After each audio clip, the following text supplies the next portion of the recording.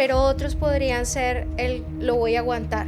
Pero ¿cuántas empresas pueden darse este lujo, ¿no? De poder perder una carga, de poder aguantar, de poder decir no pasa nada, sigo trabajando. He conocido muchas compañías que con un siniestro, lamentablemente su patrimonio pues se va al suelo, ¿no? Y ya no pueden volver a levantarse. ¿Crees que no va a pasar nada? Y me decía, no, pero un contenedor de uvas, ¿quién se lo va a robar? Se lo va a robar. Y sucede el siniestro. Y desde ese entonces, sí, pasó como a los 2-3 meses. Tu patrimonio cubierto a través de un riesgo sobre una decisión de un negocio que decidiste iniciar. Este es un espacio para quienes entienden que la logística no es solo movimiento, es visión, estrategia y evolución constante. Aquí exploramos cómo anticiparse a los riesgos, cómo innovar en el transporte de carga y cómo asegurar que cada mercancía llegue como debe ser, protegido. Tu lugar seguro.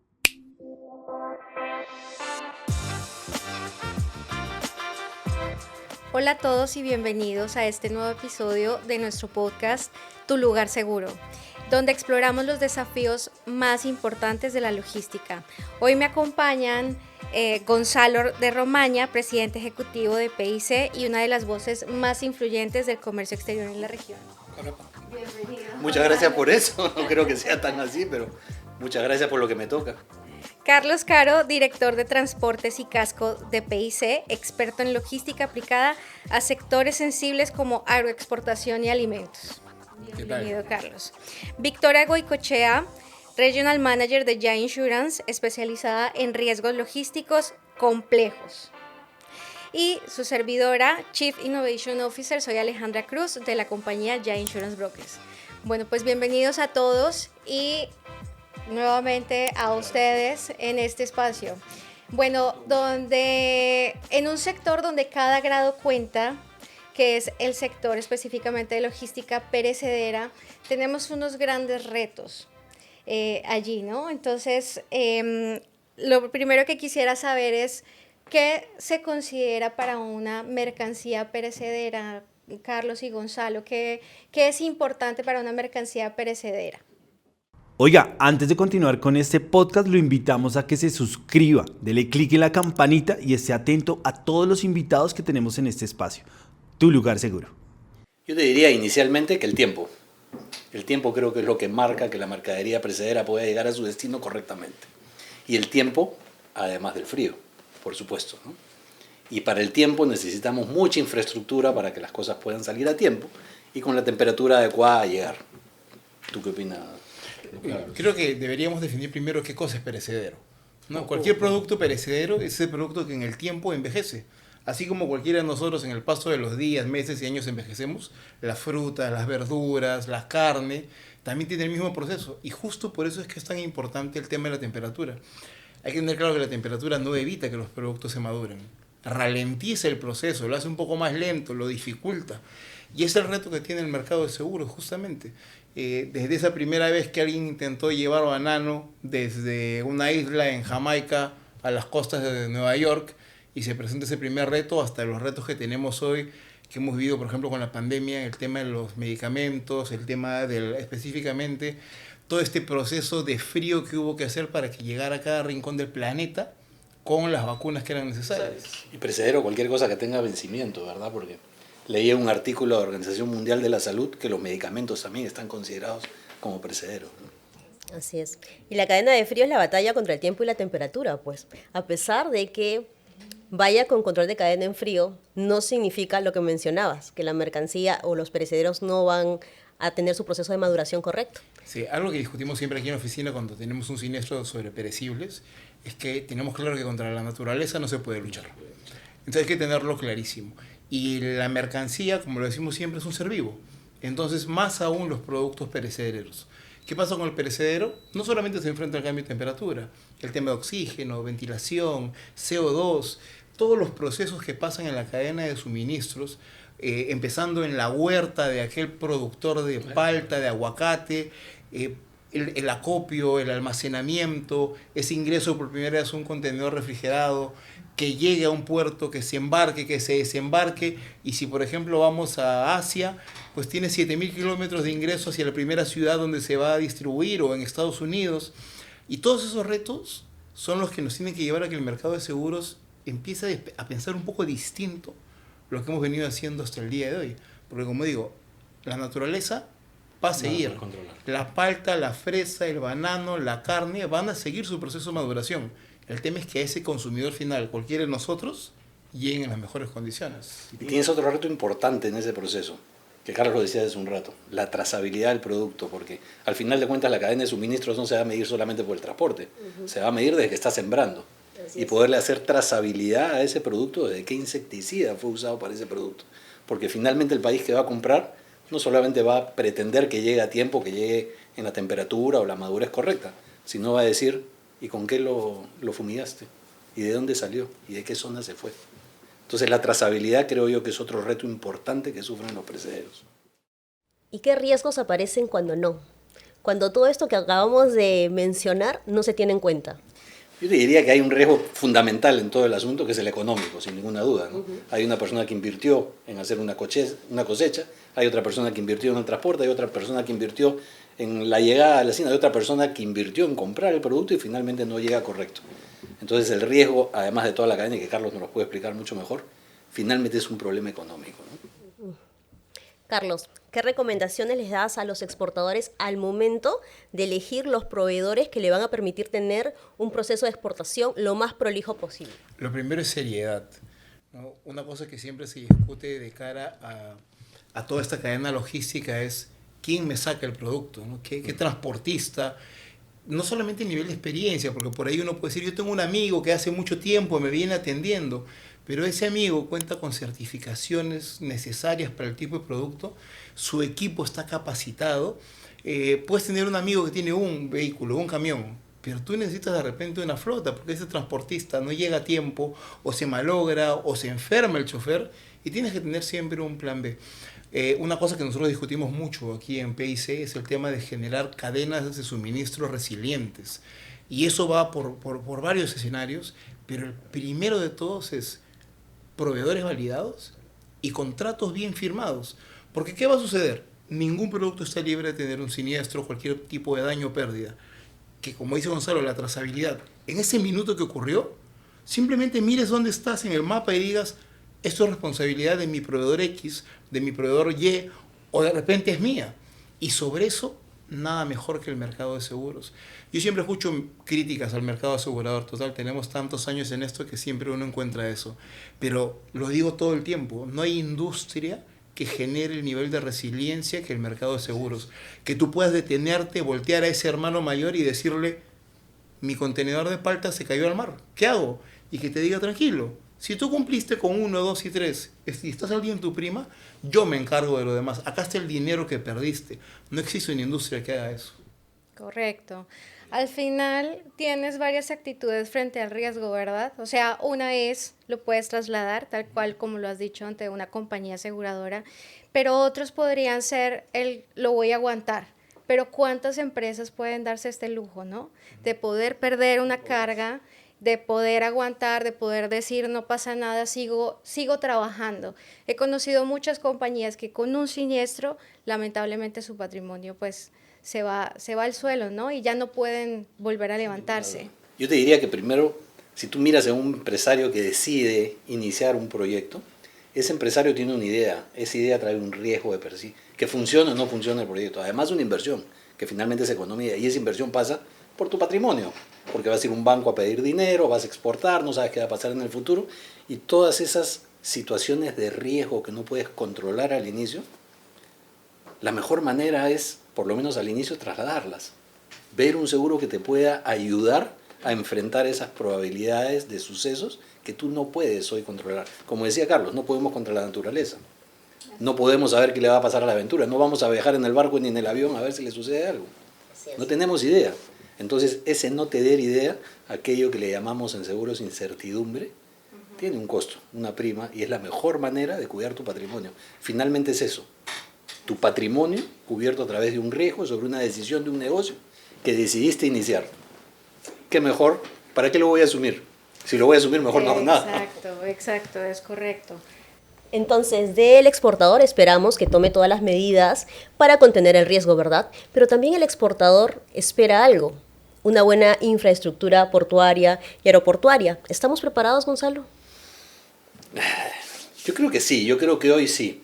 Esto pasa desde una decisión de país en algún momento. El país tiene que definir, es como si yo hago mi propio planeamiento estratégico y digo, ¿mi país para qué sirve? ¿Para qué soy experto?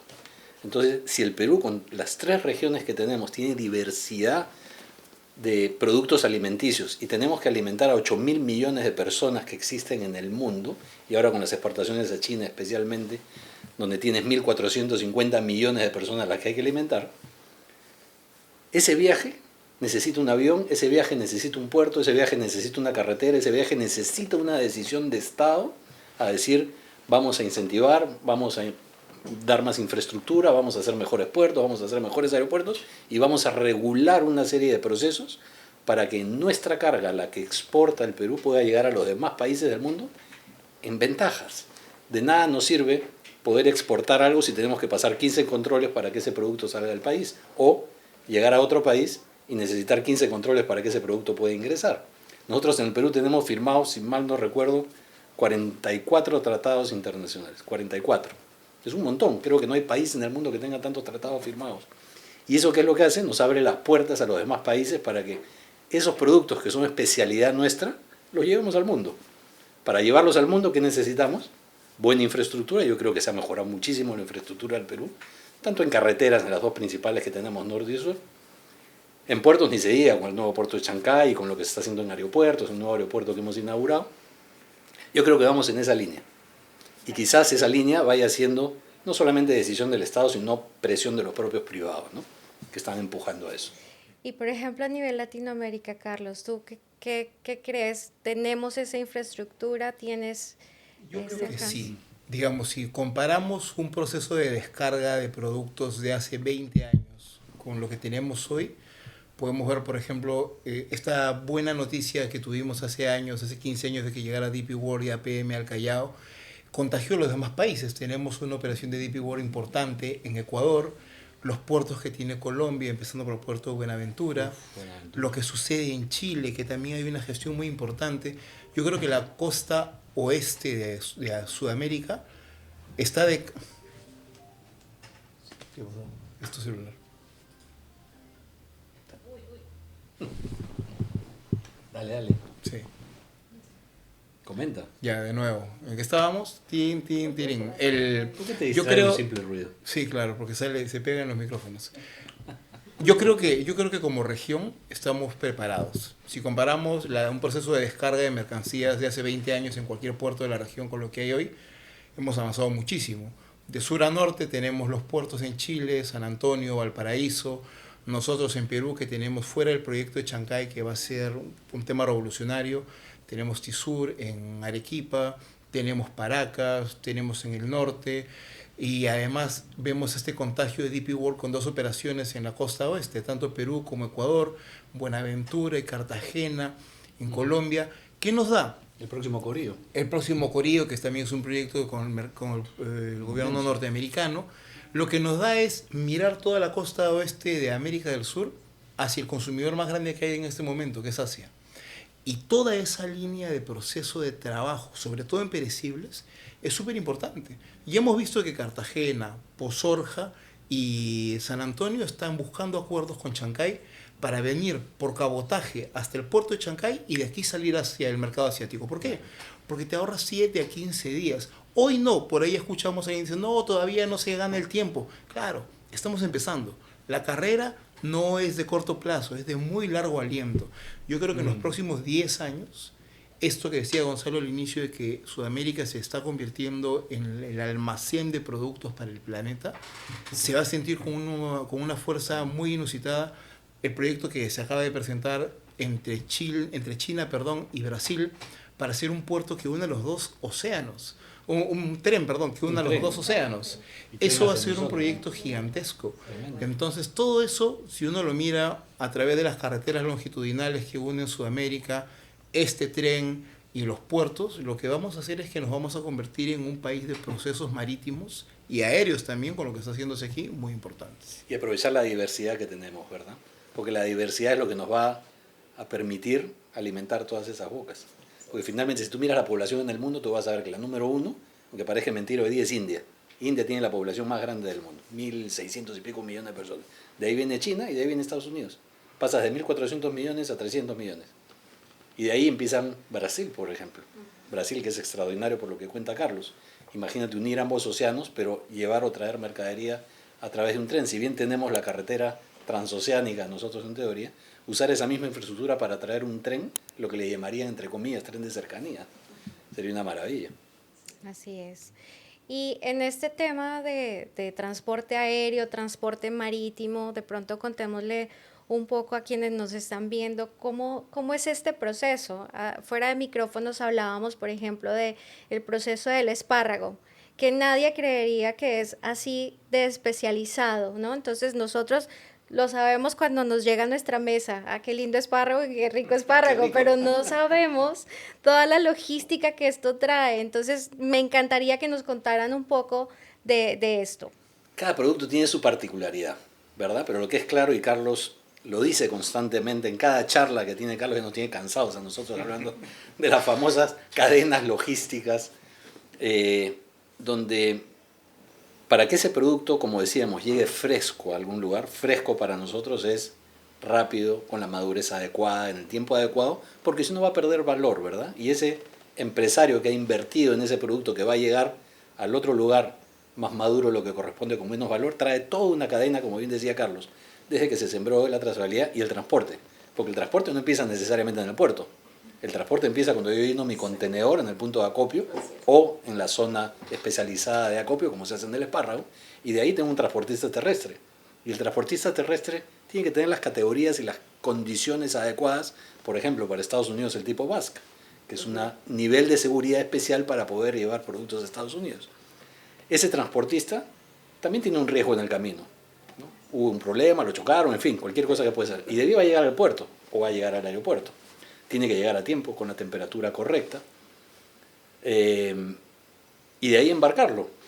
Y lo que pueda pasar en la travesía, no sabemos, ¿no? Entonces, yo creo que parte del proceso de la cadena logística viene a ser el transporte. Y el transporte es fundamental para que el producto llegue a tiempo. Y les voy a contar como anécdota muy rápido que nosotros nos referimos a los temas frescos. En una reunión que tenía en Japón con unos personajes allá del centro de pesquero, nos decían que lo fresco para nosotros no significa lo fresco para ellos. Para nosotros ir al pescado fresco es ir al supermercado y encontrarlo. El pescado congelado prácticamente en las bandejas. Y él decía, fresco para mí es que el pescado se esté moviendo y lo quiero en mi mesa moviéndose. Porque para que el pescado llegue fresco, yo tengo que cargarlo fresco, pescarlo, meterlo fresco a una bodega, a un barco, y además para que esté motivado le pongo un tiburón, para que el tiburón se lo trate de comer y el otro empieza muy fresco y llega fresco efectivamente a mi mesa. Entonces yo decía, imagínense meter tiburones acá, ¿qué hacemos con la fruta, con ese tipo de cosas? ¿Cómo hacemos que llegue fresca? Yo creo que no nos queda otra, y Carlos podrás corregirme ahí, a que tu cadena logística sea perfecta y bien sincronizada.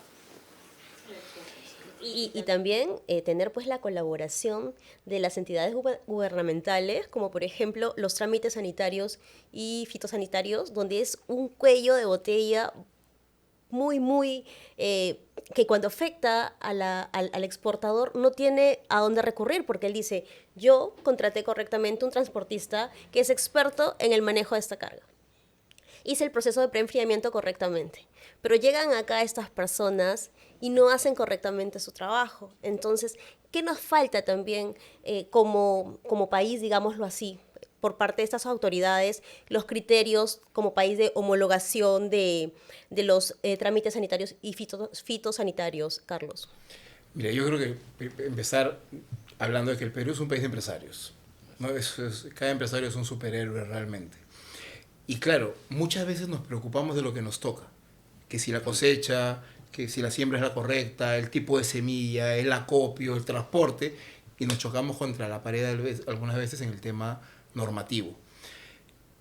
Lo que nos falta, eso, que nuestras autoridades tengan una cultura más cercana al empresario. En algún momento, como dice Gonzalo, yo ando aburriendo a la gente con mis charlas, pero en una charla que di para el sector público justamente yo les decía eso, ¿no? Deberían pasar 3 años ustedes de pasantía en empresas de verdad, para que sientan esa urgencia de lo que dices, mi contenedor tiene que salir y no pasa el control porque por lo que fuera. No vamos a entrar en detalles, pero por algún motivo no pasa. O al revés, cuando realizas la importación, el proceso aduanero que hoy ya tenemos, por lo menos, bueno, hay varias empresas certificadas como OEA, eso facilita, y una ventanilla especial, pero nos falta mucho. Pero no obstante eso, el empresario resiliente busca cómo sacar adelante ese documento. Hoy me parece una cosa muy buena que, por ejemplo, los certificados fitosanitarios tienen un QR, algo tan básico como que donde sea que lo envíes puedes validar si es verdadero o no. Es un proceso. Yo creo que esta cultura de agroexportadores nos las tenemos que creer un poco más, invertir mucho más en capacitación, que es una de las obsesiones que tenemos en PIC, justamente capacitar, e ir rompiendo estos, ¿cómo llamarlos? Estas, no trabas, porque se avanza, pero digamos estos tropezones que se puede ir dando nuestro exportador en el camino, y sobre eso yo creo que podemos volvernos mucho más resilientes. De hecho, la política, por llamarla de alguna manera, no el gobierno de turno, sino la política tiene que ir de la mano con la posición del Estado respecto a lo que quiere hacer, ¿verdad? Y tiene que acompañar, porque finalmente un país se mueve en base a sus empresarios, ¿verdad? A los impuestos que todos pagamos para que el país pueda crecer y que pueda desarrollarse de mejor manera con mayores oportunidades para todos. Entonces no puede ser ajena a la política, y cuando me refiero a política, me refiero a posiciones de Estado, no de gobierno. El Estado decide que el Perú se va a convertir en un país exportador. ¿Qué tenemos que hacer? Cuando el Estado decidió firmar todos los acuerdos de libre comercio que tuvimos, dijeron, uy, pero no estamos preparados, tenemos que pedirle permiso al Congreso para que nos dé facultades para poder legislar. ¿Y qué tenemos que hacer? Rápidamente acomodar el Estado a normas que permitan que sea más fácil. Por ejemplo, las ventanillas de comercio exterior, la ventanilla única, la puse.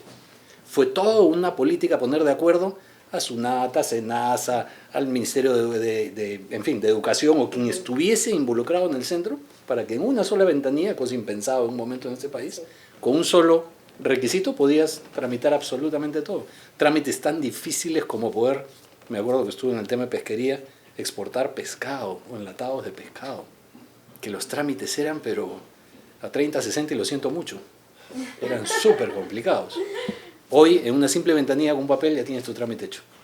Entonces, el gobierno o el Estado no puede ser ajeno al haber descubierto que el Perú es un país súper exportador, que tiene 3 regiones maravillosas y que somos una despensa para el mundo. Si compramos esa idea, podemos facilitar absolutamente todo. Facilitarles a los exportadores el camino, ¿no? O sea, a través de la prevención, la educación, la administración de riesgos a través de los seguros, y por qué no también incluir a nuestras autoridades en dar un mejor servicio, un servicio que en resumidas es empatía. Tratar a los exportadores con empatía, porque en verdad son el motor que mueve este país. La idea sería que ellos puedan entender que no son empleados públicos, sino servidores públicos, ¿no? Pequeña diferencia que hace un gran paso de diferencia, ¿no? Has dicho, eso es una palabra que es muy importante, la prevención.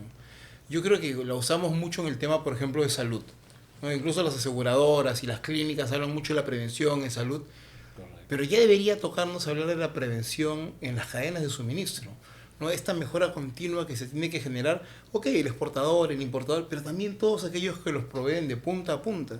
No nos olvidemos que la mercancía tiene 2 grandes clientes, el exportador o vendedor y el importador o comprador. Entonces, puedes tener el mismo riesgo en 2 lugares distintos del mundo. La normativa es la misma, las ideas con las que se mira el caso es la misma, la bandera de la nave que está llevando esa mercadería nos ayuda de alguna manera legalmente.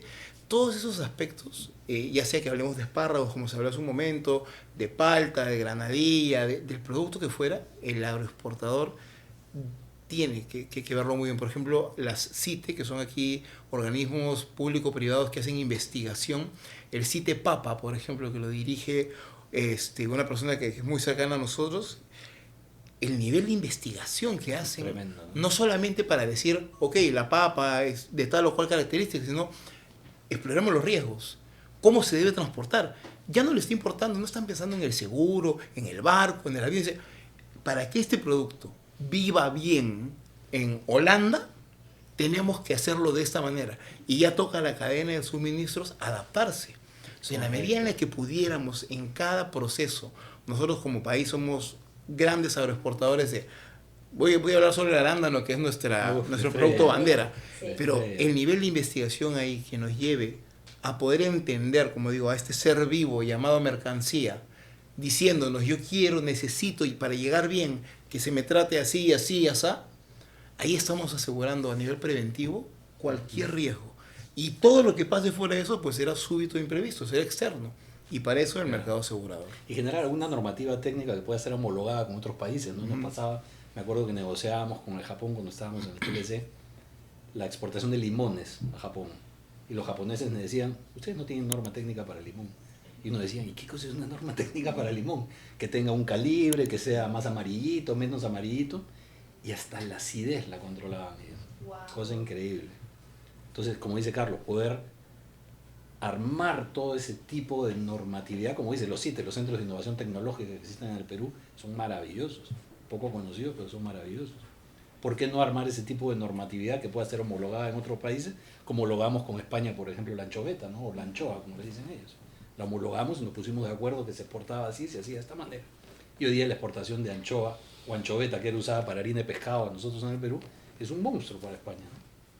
En definitiva, sí ha evolucionado muchísimo el tema de la logística en perecederos. O sea, eso es una realidad. Que falta homologación entre gobiernos es otra realidad. ¿Cuál sería ese escenario ideal fuera de esa homologación para que la cadena de suministro en mercancía perecedera fuera un éxito? Pregunta difícil.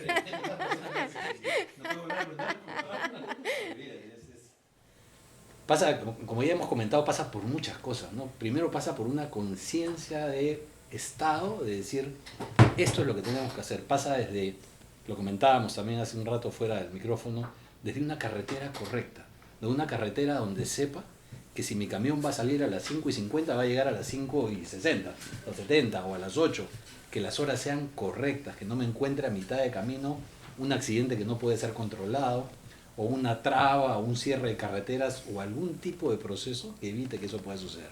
Entonces eso pasa por una política muy compleja, ¿no? Que es entender como Estado que necesitamos infraestructura, necesitamos capacidad.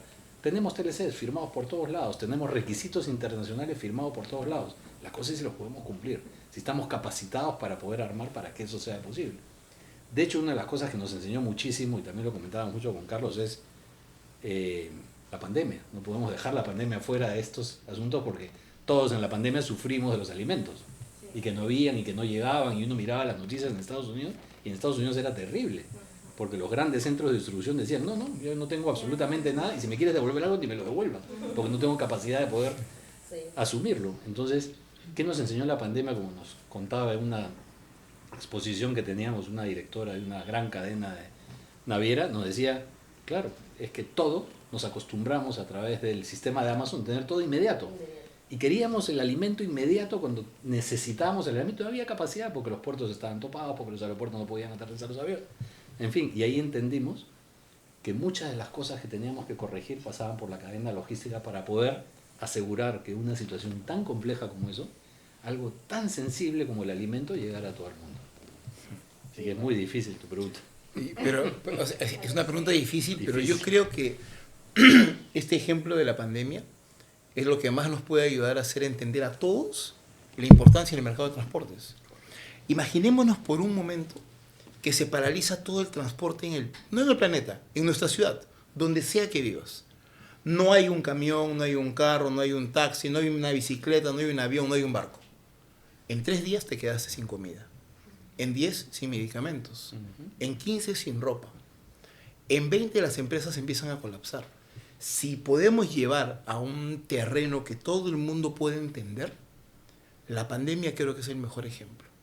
La importancia que demostró la pandemia en el tema de transportes es el peor, lamentablemente, y mejor ejemplo que podemos tener, ¿no? Se paraliza el transporte en el mundo y se paraliza el mundo. No hay otra manera de verlo. Y creo que esa es la importancia vital de iniciativas como Ya Insurance, muy enfocada en el tema del movimiento de mercancías, porque, insisto, el seguro lo que va a darnos es resiliencia. Y los empresarios del tamaño que sean necesitan que su movimiento de mercancías sea 4 cables que hay que llevar a una tienda o una campaña de mandarinas de 400 contenedores, tengan esa fortaleza. Se Así es. respalda, ¿no? Bueno, ustedes lo han dicho, es un tema de aprendizaje. La pandemia nos enseñó muchísimo y parte de eso ya lo han mostrado ustedes, ¿no? Se paraliza el mundo, se paraliza la economía del mundo. Y en ese sentido, pues suscitan riesgos de los que ya hemos hablado un poco, ¿no? Hemos estado muy enfocados en temas de cadena de frío. ¿Qué pasa si hay una variación, por ejemplo, de temperatura? Pero hay otros, como por ejemplo, ¿qué pasa si hay una volcadura? ¿Qué pasa si hay un choque? ¿Qué pasa si algo inesperado y súbito, como lo decías hace un momento, Carlos, sucede? Y ahí es cuando entramos nuevamente en el tema de los riesgos. ¿Qué deberían contemplar los empresarios cuando dicen, por ejemplo, a mi mercancía nunca le ha pasado nada? Es que yo le he hecho la bendición y mi mercancía llega perfecta hasta destino final.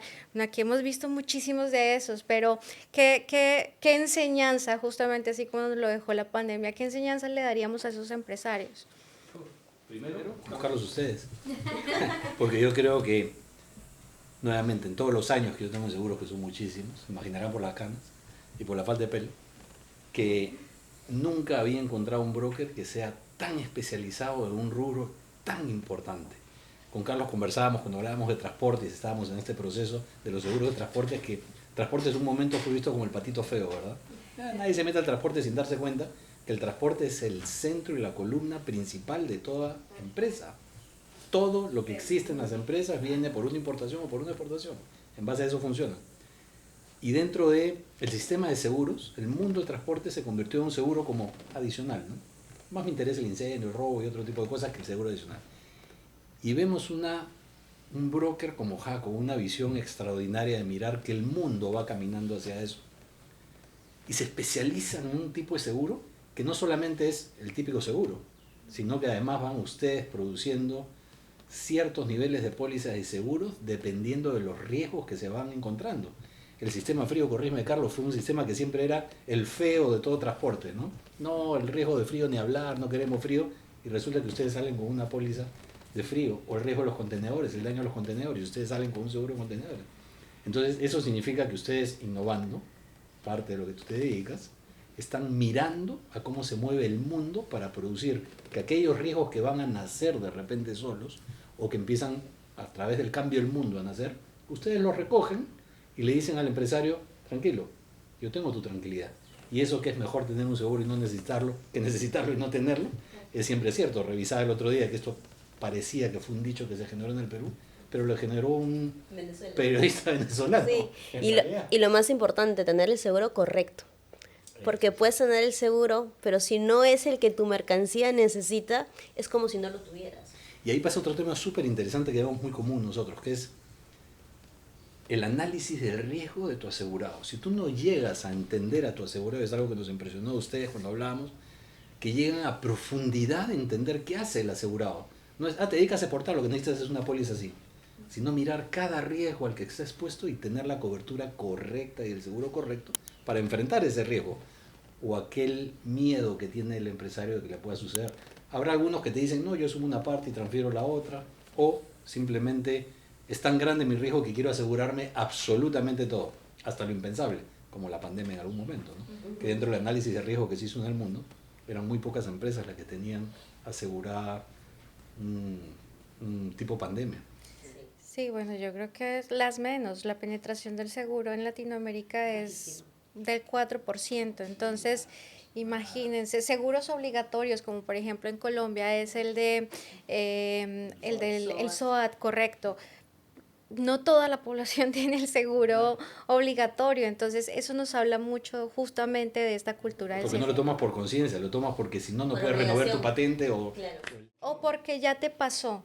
Entonces, como ya te pasó, ahora sí quiero ser previsivo, ¿no? Entre comillas. Para que no me pare la policía. O porque lo ves como un gasto, no lo ves como una inversión, solamente es... Es correcto, es común encontrar que el seguro, cuando hay situaciones, de hecho durante la pandemia, recordemos que en la pandemia sucedió un cambio de era.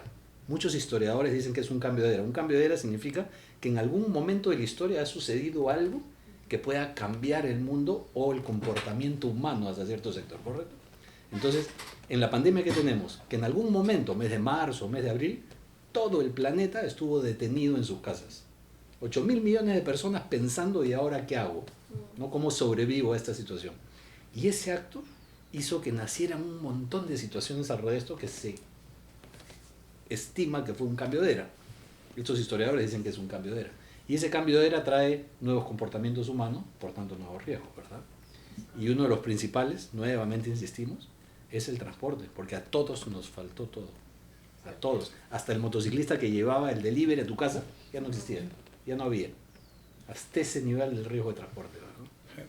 Y es algo bien importante esto que dices, porque, digamos, vino la pandemia y todos empezamos a pensar en que ya no íbamos a un sitio a comprar. Nos llegaba a la puerta de la casa, el edificio, la oficina, se desinfectaba todo, no intercambiábamos monedas, billetes, y empieza este boom del dinero digital. Y entonces cambia la forma en la que compramos, en la que comemos, en la que pagamos, pero seguimos hablando de las mismas coberturas de transportes. Entonces ahí es donde viene el reto, ¿no? Comentábamos hace un rato fuera de micrófonos, como han dicho ustedes, ese tema de que, por ejemplo, en el Perú tengamos ya un proceso en un puerto como el puerto de Paracas, de naves refrigeradas, o sea, barcos refrigerados. Ya no hablamos del contenedor únicamente. El barco. Claro. Barco Las coberturas de seguros están acompañando ese cambio tecnológico, o seguimos hablando de las cláusulas del Instituto del año 1982 o del 2009.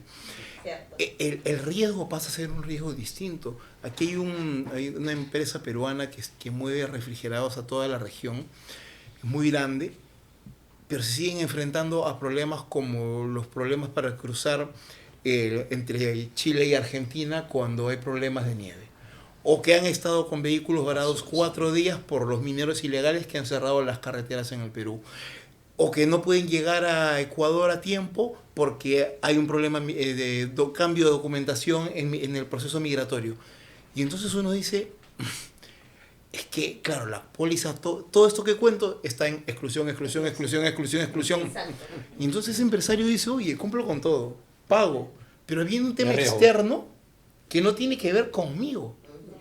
Entonces, esa evolución que tiene que tener el mercado, así como ha nacido el dinero digital y ahora es raro pedirle a alguien monedas o billetes, tiene que darse en el mercado de seguros, ¿no? Ese tema es súper importante y ustedes han tocado un tema muy importante y es cómo evoluciona justamente el sector asegurador hacia esos riesgos que hoy existen, que son tangibles y que definitivamente están fuera de cobertura.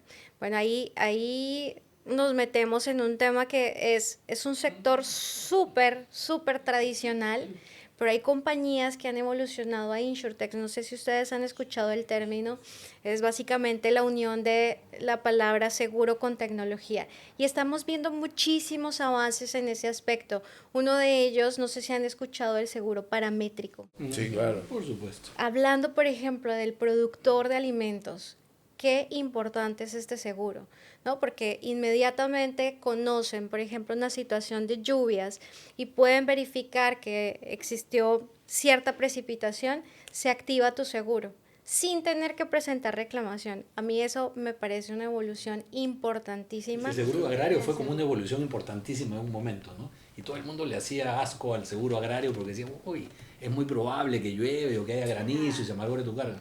Cuando viene el paramétrico, como tú decías, hay que cambiar la filosofía. Porque si los que tenemos años de seguros estamos acostumbrados a pensar que lo que estamos asumiendo es un riesgo o un daño, pagar un daño, la pregunta en el paramétrico es, si se cumplen esos criterios y no tengo daño, ¿me tienes que pagar?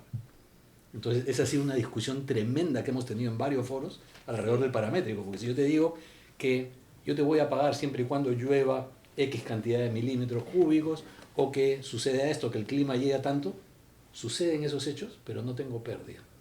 Principio del seguro. Entonces, ¿te debo pagar o no? Y ese es el cambiar la posición del seguro clásico o tradicional. Claro. Y eso pasa hasta afuera, porque recuerda que estos riesgos tan complejos normalmente se manejan fuera de la capacidad de cada uno de nuestros países, ¿no? Pero fíjate que muchas veces esos seguros te ayudan como a los gastos, ¿no? Por ejemplo, en México existe un seguro que en México todo el tiempo tiembla. Entonces, si llegas a cierto grado en la escala de Richter, te pagan sin que tengas un daño. Pero muchas veces cuando tú estás en esa situación lo que ves es la gente tuvo que salir de sus casas. Muchas veces da temor regresar porque vives en un piso alto, entonces generas gastos, ¿no? De pronto te vas a un hotel que tenga una sola planta, por si acaso puedes salir corriendo, pero son ese tipo de gastos. Entonces, claro, es una configuración totalmente diferente, pero viene en esta evolución. Y lo que hoy sabemos es las generaciones de hoy, de productores, de empresarios de hoy, no son las mismas de ayer y ya vienen con una mentalidad completamente diferente. La tecnología llegó para cambiar también la mentalidad. La pandemia llegó, así como tú dijiste hace un momento, es una nueva era, es un nuevo pensamiento. Y todo esto estas enseñanzas que nos han dejado la pandemia es justamente adáptate, ¿no? Adáptate y sigue creciendo, sigue evolucionando. Mira, en eso que acabas de decir, Alejandra, de enseñanzas, yo creo que también como región hay una cosa importante que no podemos dejar de mencionar, que es estos eventos gremiales tipo Alsum, que empiezan a generar espacios para discusión. Y no espacios sin ánimo de criticar, ¿no? Hay espacios en los cuales uno va a unos eventos para ver a todo el mundo aplaudirse y darse una mano y decir qué guapo que estás y cómo bajaste de peso, pero nada más. En cambio, hay estos foros que ya se han dado en varios lugares de América, el foro que tiene Alsum a nivel regional, donde ya nos toca discutir, porque el edificio sigue siendo edificio, el ladrillo sigue siendo ladrillo y tiene sus seguros, pero el seguro de mercancías necesita una discusión distinta.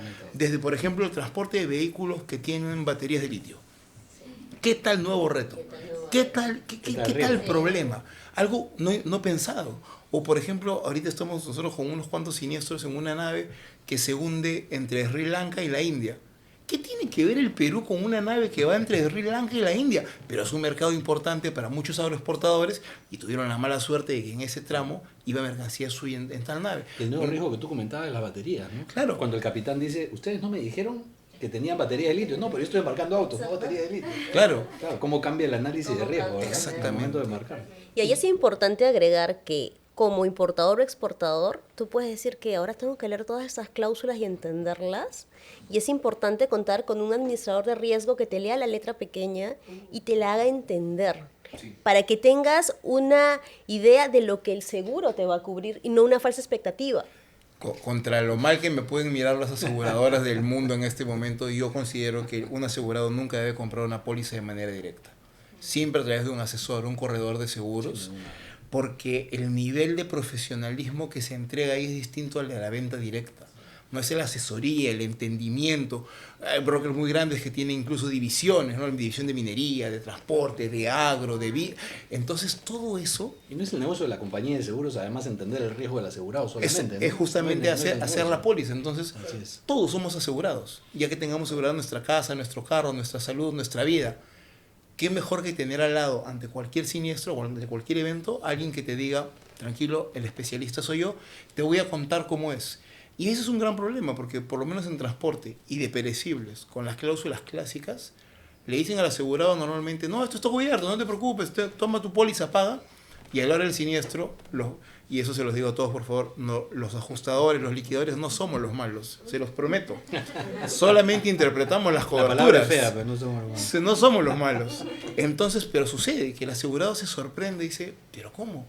Yo contraté mi póliza, me dijeron que era la correcta y tal, pero a la hora del siniestro no la es. ¿Por qué? Porque las exclusiones no fueron explicadas o porque la garantía que tenía que cumplir, yo la leí de una manera y me parecía roja y no, pues no era roja, era celeste. Entonces... O no se acomoda tu riesgo, ¿no? O no se acomoda tu riesgo, claro, el entendimiento claro de la cada vendieron de escritorio. Así es. Eso es súper importante. Hablando de las instrucciones que tú decías, una de las cosas que es necesario para el tema de las instrucciones y para poder enfrentar esos nuevos riesgos, también es cambiar la legislación. Somos países que estamos muy regulados por superintendencias normalmente, y una superintendencia dice, en protección al consumidor, tienes que entregarle toda la póliza. Y tiene que ser en físico y te tiene que firmar que la ha aceptado. Entonces, cuando discutíamos eso en las instrucciones, decíamos, entonces no te puedo vender un seguro en un supermercado apretando 2 botones de un seguro de vida con el ticket. No, porque no tengo, no te he firmado y no he puesto absolutamente nada. Entonces, ¿cómo cambiamos esa política para hacer eso? Intentamos hacerlo y no pudimos cambiarlo. Entonces, el mundo en general, a raíz de unos últimos cursos que hemos estado internacionales, nos hemos dado cuenta que todo el mercado en el mundo de seguros ya no está cambiando hacia la póliza típica o hacia la legislación típica de seguros, sino en protección al consumidor. Ahora miran al asegurado como un consumidor de un seguro y tiene que ser protegido a través de la perspectiva que él tuvo en el momento de comprar el seguro y no lo que dice la letra chiquita.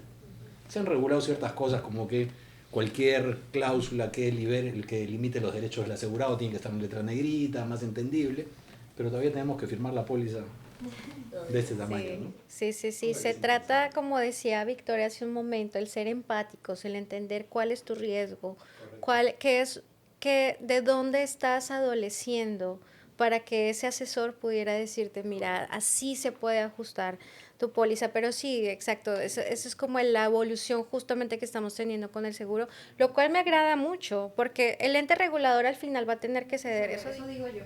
Porque, ¿por la razón o por la fuerza? Dímelo. Claro, como dicen los chilenos. Eso es en chileno, te iba a decir. En la moneda, dice. ¿Por la razón o por la fuerza? Claro. Pero hoy tienes una fuerza mayor que son los datos. La producción de datos es tan inmensa hoy día que el análisis de riesgo que pueden tener los aseguradores es distinto al anterior. Antiguamente era, vamos a ver si va a haber un riesgo. Hoy con la cantidad de datos que tienes, lo conversamos con Carlos en la mañana. Además, las aseguradoras tienen que acomodar sus servidores a la nueva cantidad de datos, que el volumen es tan grande que podías hasta casi predecir qué es lo que va a suceder. Por supuesto. Hoy en día puedes perfectamente. Una compañía italiana en la que nosotros somos socios se dedica solamente a predecir información, a predecir electricidad, a predecir la rotura de una turbina, a predecir qué puede suceder. Claro, en el transporte es distinto, porque es muy poco probable predecir lo que va a suceder en una embarcación. Pero mira que esto nos da una visión justamente hacia el futuro, ¿no? Y en este tema de prevención, porque nos hemos ido mucho al riesgo cuando sucede, cuando pasa, que tengas ese respaldo que es el seguro. Pero en prevención, ustedes son expertos también. Nos encantaría que nos contaran un poco qué tipo de prevención pueden tener los empresarios frente a estos riesgos, de qué trata este tema de inspecciones, para qué sirven. Contratar un seguro. Sí, mira, el tema de las inspecciones en el tema de carga es súper importante porque hemos hablado 40 minutos sobre el tema de transporte, pero no hemos hablado de en qué momento nace. El transporte nace porque una persona en el país A encuentra que una persona en el país B tiene el producto que quiere. Entonces ahí empiezan a ponerse de acuerdo en varias cosas. El precio, cómo me lo envías, el embalaje, pero nunca hablan del riesgo. Nunca conversan sobre el riesgo. Entonces, ¿qué debería pasar en ese universo inicial? Por favor, ¿tú conoces alguna empresa que me pueda hacer una inspección de esa mercadería en tu país? ¿Qué estamos diciendo con eso? Mira, te la estoy entregando así, como yo no la voy a llevar desde mi país al tuyo, a la puerta de tu fábrica, si la vamos a entregar a un tercero, yo necesito validar o demostrarte que le estoy entregando en estas condiciones. Imagínate que fueran copas de cristal. Imagínate un contenedor lleno de copas de cristal por vía marítima. Ojalá que nunca suceda, pero imaginémoslo así. Y cristal de Arquesa, además. Y además agarras y lo pagas y tal, y te llega polvo. Y tu proveedor te dice, te lo prometo, Alejandra, que yo lo cargué todo bien. De verdad que sí. No es lo mismo a decir, aquí tengo una inspección por un ente certificado a nivel internacional, que ellos han validado que todo se ha cargado bien, se ha cerrado bien el contenedor, y así como te digo copas de cristal en el ejemplo exagerado, el producto que tú imagines. El caso más exagerado que hemos tenido nosotros fue un caso de exportación de pacas, de fibra de vicuña, que se iba al mercado asiático. Nos pidieron a nosotros hacer la inspección de las pacas post lavado. Se lava la fibra, después que se le quita a los animales, a las vicuñas, pasa por un proceso de lavado y se empiezan a hacer enfardos. Ese proceso de enfardar nos pidieron que nosotros lo validáramos. Se valida, llega todo, un nivel de sequedad específico, porque tampoco pueden ir completamente secas, tienen un nivel de humedad y tal. Llega al mercado, llega a China, no recuerdo el puerto, pero recorre un tramo de días hasta que llega al destino final, y cuando reciben el contenedor desde la puerta iba goteando. Entonces me lo han enviado en malas condiciones. Se abre el contenedor, lo graban, toman fotos, y los fardos en la parte de abajo se veían húmedos. pero no era una humedad propia del producto que nosotros habíamos visto. La certificación que nosotros tenemos, que nos permite certificar este tipo de cosas a nivel internacional, cumple con algunos parámetros de normativa ISO. Entonces, el receptor dijo claramente: esto no ha sido culpa de ustedes. Y vendedor y comprador se pusieron de acuerdo inmediatamente con nuestro informe. Está claro que no me lo enviaste así, esto ocurrió a mitad de camino. Ahora investiguemos dónde. Inmediatamente le ahorramos un siniestro de $47,000 a un exportador que pudo haber tenido que sacar eliminar una factura y enviar un cheque. Pero esa es la importancia de la inspección. ¿En qué parte de la cadena se rompió? ¿En qué parte? Eso es lo que te permite. Nosotros le decimos a esto focos y candados. O sea, ¿dónde vemos los focos de riesgo y qué candados hay que poner? Te digo el ejemplo de los refrigerados. Pero ¿dónde sucede un montón? En los grandes proyectos de infraestructura. Importas 40 contenedores de distintos lugares del mundo para un horno de cemento. Falla una pieza y se detuvo toda tu producción. Un eje con un daño, una Catalina con daños en los dientes o roturas o tal. Siempre pongo el mismo ejemplo de una Catalina que nosotros tuvimos que atender aquí. Pero pasa eso, 6 meses retrasada una operación de un importador que está esperando montar una central hidroeléctrica y dice: no puedo porque me falta una pieza. ¿Dónde se dañó? Acá está en la inspección. Salió bien de Hamburgo, salió bien de China, salió bien de Argentina, de donde le tocara ir. Y ese proceso no solamente es a la salida, sino también a la llegada. Yo que te lo estoy enviando, quiero saber cómo llegó, para ver si es mi culpa o no lo que le pueda suceder. ¿O de quién? Exacto. Y entonces ahí encierras todo en un proceso de prevención. Ya después ves, oye, ¿de quién fue culpa que active su póliza? Pero en el paso 1 pudiste identificar dónde ocurrió ese daño. ¿Qué te hace eso? Permite el otro caso, Carlos, que es importante que tú llegas a ubicar a dónde fue el daño, sabes quién es el culpable y por tanto puedes recuperar. Así es. Puedes activar un proceso de Independientemente, imaginémonos que lo que ha ocurrido es algo que está excluido por las pólizas. Por ejemplo, un mal embalaje. Nuestro vino mal embalado. Ok, ¿quién lo embaló mal? El proveedor X en tal puerto de salida. Perfecto, se va contra él. Tu póliza no lo pagará porque sabemos que está excluido el mal embalaje, pero tienes cómo recuperar. Al revés, si eres la aseguradora, pagaste, ok, porque el embalaje, la cláusula de exclusión de embalaje solamente se activa cuando el asegurado es quien hace el embalaje. Lo hizo un tercero. Le pago a mi cliente y ahora voy contra ese tercero. Entonces, o si lo está incluso el deducible. Puedes recuperar incluso el deducible, ¿no? Entonces, imagínate una exportación de fruta. Invertiste todo tu capital en una exportación de fruta. Tu negocio es que te paguen, porque dentro de ese pago está la utilidad que vas a tener. Sin embargo, llega al otro país y tu comprador te dice: no, llegó mal, no me lo embarcaste bien, no te pago. O no ejecutas la carta fianza o la carta de garantía. ¿Y qué haces con tu patrimonio? Por más seguro que puedas tener y demostrar que no fue tu culpa y te pagan el seguro, tu negocio era ese cliente. Tu negocio no era el que te pague el seguro, ¿verdad? Entonces siempre vas a tener una pérdida por más que el seguro te pague. Sea un deducible, sea tiempo, sea campaña o lo que sea. Sí, fíjate todas las consecuencias que esto va generando, ¿no? No es solamente se te perdió la carga, es tengo paralizada mi producción, es que pierdo mi cliente, pierdo inclusive mi reputación. Entonces, en todo este tema de prevención, la verdad es que es súper importante esto que ustedes están mencionando, porque hace toda la diferencia. Ustedes ya lo dijeron, ¿no? Entre delimitar responsabilidades, pero también en decir se paga o no se paga. O sea, una inspección puede ser tan importante que para el seguro puede ser ese determinante de decir si tengo que pagar o no tengo que pagar. Y desde el punto de un importador o de un exportador, las certificaciones que tenemos nosotros son certificaciones legales que nuestra firma en esa certificación implica que tú puedes tener un impacto financiero y contable.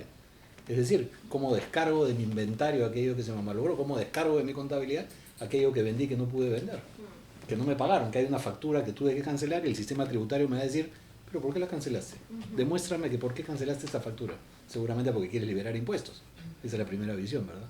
Y no es así, tienes un certificado que te dice: no, el daño se produjo y se produjo en este momento y que tiene validez legal. Es sumamente importante. Muy bien. Me he quedado anonadada. Se trata de riesgos, en realidad se trata de riesgos, ¿no? En una cadena es bien sencillo, pero alguien vende, alguien compra y en el camino tiene que haber un movimiento, como dice Carlos, es mercadería que está viva. Y en cualquier momento de ese proceso hay un riesgo. Es un trabajo que va a tomar un camino muy largo, que es enseñar a que la prevención es el primer paso. Porque cuando hay un proceso de importación o exportación, lo último que se ve es lo que puede pasar. Creemos que tenemos todo controlado y que no va a suceder nada. Y el tema de la prevención, yo sí creo que los refrigerados es algo sumamente obligatorio, porque es mercancía viva. No es lo mismo, por ejemplo, que yo importe arbolitos de Navidad, que si llegan tarde, llegan indemnes a una demora. En cambio, si llegan las mandarinas demoradas, eso ya llega, pues, no sé, mermelada. Los perecibles tienes, como comentábamos, al margen de la cadena de frío y el perecible que necesita la cadena de frío, tú tienes un factor que es importantísimo, que es tiempo. Sí. El tiempo es fundamental porque ese perecible va a estar en la mesa de alguien, como lo comentábamos hace un rato, un espárrago fresco, en el tiempo correcto. El que no esté en el tiempo correcto significa, no lo perdí, pero bajó valor, ¿no? Me están pagando menos incluso por las diferencias de cambio y las variaciones de los dólares, hasta puedo perder, porque compro con una moneda y vendo con otra. Entonces, ese tiempo es fundamental en perecibles. Tal Ese cual. análisis del riesgo de tiempo. Y mira que has dicho algo súper importante. Hay mercancías que, por ejemplo, tú puedes dar en salvamento, ¿no? Recupero una parte y la puedo dar en salvamento, pero en perecibles es casi que imposible, es cero, es cero. O sea, es perdí absolutamente todo. Sí, los hemos visto en quesos, ¿te acuerdas? En quesos. Y es por eso que es tan importante cuando uno habla de perecibles, de estar en ese momento. No, que ocurrió un siniestro, voy a ver, oye, que llegó un poco dañada, voy a mirar qué me dice mi cliente en destino final. Total, pasa una semana y media y ya no tienes paltas, tienes aguacate. O sea, ¿qué haces? Ya dejó de ser la palta que yo vendí, ahora tiene otro nombre en otro país y ahora ya no me sirve. Hay que actuar muy rápido. O sea, ante un siniestro de perecibles no puedes esperar, porque por lo menos puedes vender a un menor valor ese producto. Imaginemos, yo creo que el plátano es un ejemplo, el banano es un ejemplo muy sencillo. Al mercado norteamericano no le interesa, por ejemplo, el banano amarillito. Tiene que llegar verde, porque después para una cadena de supermercados que lo distribuye a nivel nacional, llega al supermercado, llega a la tienda, al minorista, y después llega a tu casa. Y ahí es donde tiene que estar bonito. Si ya llega ahí con manchas, negro, malogrado, perdieron todos. Entonces hay que actuar muy rápido. El tema perecible, como bien dice Gonzalo, es el tema del tiempo. Sí, tiempo y precisión. Hay que ser exacto. Entonces, en resumen, lo que tenemos que hacer es cambiar el chip de que dentro del proceso de exportación o incluso también de importación, pero en este caso hablando de los perecederos, sí o sí tenemos que el primer eslabón tener una inspección previa para que tengamos lo que está bajo nuestra esfera de control, es que sepamos qué siniestro puede darse o qué no se puede controlar, ¿de acuerdo? Y el tema de los seguros. El tema de los seguros es trasladar el riesgo que puede representar, por ejemplo, un volcamiento, una avería gruesa, y tener la tranquilidad de que a través de esa inversión, que no llega pues ni al 2% del valor de la carga, tú puedas contar con un recupero. De hecho, yo creo que un exportador, aún más en perecibles, tiene lejos muchísimo más riesgos que un importador, ¿verdad? El importador te va a llegar a la cara y va a decir, no era lo que te pedí, se la devuelves y mándame otra. Pero tú perdiste desde tu siembra. Desde tu siembra en adelante, y eso no lo vas a recuperar. No puedes retroceder y volver a sembrar por más que te paguen, ¿verdad? Entonces los riesgos de un exportador en perecibles son inmensos. Son inmensos. Sí, y a veces son riesgos que no ves, ¿no? En alguna ocasión tuvimos un embarque de manzanas, que no recuerdo a qué país iba, pero iba con plaga. Y el país le dijo, ni me lo puedes dejar acá, ni lo puedes regresar. Tienes que destruirlo, y eso es un costo adicional para el cliente, bueno, para el exportador. Y también hay exportadores que no ven el riesgo. A mí me tocó asesorar a un exportador de uvas que me decía, yo solamente quiero que me des un seguro que me cubra de Puerto de Callao a Puerto de Filadelfia. Y yo le decía, ¿y de Ica a Callao crees que no va a pasar nada? Y me decía, no, pero un contenedor de uvas, ¿quién se lo va a robar? Yo le menciono, solamente estás viendo el riesgo del robo. ¿Y qué pasa si hay un volcamiento? ¿Qué pasa si es que hay un deslizamiento de piedras y pues se rompe la cadena en frío y esas uvas ya no pueden salir. Me dice, bueno, te voy a hacer caso. Y sucede el siniestro. Y desde ese entonces, sí, pasó como a los 2-3 meses que hubo en Mala una neblina bastante copiosa e hizo que la persona que iba manejando perdiera el control. A simple vista tú veías las uvas intactas, pero ya había habido una ruptura de cadena en frío. Entonces eso ya no se podía exportar. Se vendió al mercado local, pero no tienes idea de lo que valía el contenedor, ¿cuánto? $80,000. Creo que le pagaron en el mercado local $2,000, $3,000. Entonces, esa parte fue como el salvamento que mencionabas hace unos momentos y eso permitió que el cliente vea el seguro ya no solamente como que, ¿por qué quería un port to port? Porque él decía, me van a cobrar menos, no creo que pase nada. Y cuando suceden estas cosas, justamente a veces aprendemos con lo que nos pasa, ¿verdad? Pero hay que anticiparnos. La prevención es eso, anticiparnos a que suceda. Porque la inversión yo la veo mínima en comparación a lo que vale un contenedor. Claro, de hecho, tú tienes un exportador, como decíamos, no es un empresario. Y el empresario asume un riesgo. Y ese riesgo está representado por dinero, ¿correcto? Ese dinero lo quiero recuperar, por lo menos el costo, ¿no? Ojalá recupere con utilidad. Pero hay un dicho médico muy cierto que dice que el nervio más sensible del cuerpo es el bolsillo. Cuando te aprietan el bolsillo, funciona el cerebro. Así funciona esa regla. Entonces, claro, si yo digo y creo que no va a suceder y me sucede, mi cerebro aprendió porque me apretaron el bolsillo. Sí. ¿No es cierto? Entonces, en este caso, me imagino que la persona aprendió muy claro que sí debe estar asegurado y que el riesgo que asume no es el riesgo que se caiga, no se caiga, que la persona... Mi riesgo es el patrimonio. Toda mi vida invertida en una aventura de negocio que yo inicié. Ese es el riesgo. Sí, hace toda la diferencia, ¿no? El poder estar bien asegurado, pero también yo en ocasiones le digo a estos empresarios, mira, las condiciones de seguridad básicamente es la aseguradora diciéndote, no hagas esto porque seguro te va a pasar, ¿no? No te pares en cualquier lugar de la carretera porque seguro va a venir el ladrón y te va a robar. No sé, no es que hay un análisis de riesgo, ¿no? Si uno, como dicen, el seguro no es hecho para ganar, sino para no perder, ¿no? Eso es como te lo dicen. Sí, es correcto. Ahora, hay un detalle que quiero poner sobre la mesa en el tema de perecibles que nos pasa muchísimo desde el punto de vista de seguros, y Carlos no me va a dejar mentir, que es la temperatura. ¿Cómo controlo que efectivamente hubo una ruptura de la cadena si la propia naviera o la propia línea aérea no me quiere dar esa información? Pues ahí tenemos que apalancarnos de la tecnología, ¿no? Hoy por hoy tú puedes tener los termorregistros desde un app y puedes verificarlos. Entonces hay incluso exportadores que eso no lo sabían. Y eso es parte de la educación, es parte de la información. Y es por eso que también algo que me gusta de prevención y control son las capacitaciones que les pueden ofrecer a los exportadores para que de esta manera ellos no solamente hagan las cosas de manera empírica, que está bien, porque a veces hemos hecho muchas cosas de lo que hemos venido aprendiendo. Sin embargo, también tenemos que aprovechar hoy por hoy la tecnología que nos da tantas oportunidades de controlar estos riesgos. Y sumarle ese control, ese que es de parte, sumárselo también a la legislación. Porque si vamos a entrar en una discusión y el área de recupero de nosotros los abogados nos dirán hasta dónde se puede reconocer un control de temperatura de parte. Sí.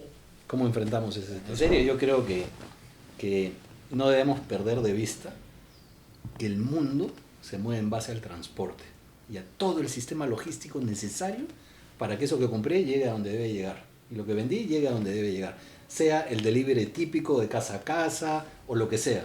Hay un nivel de transporte.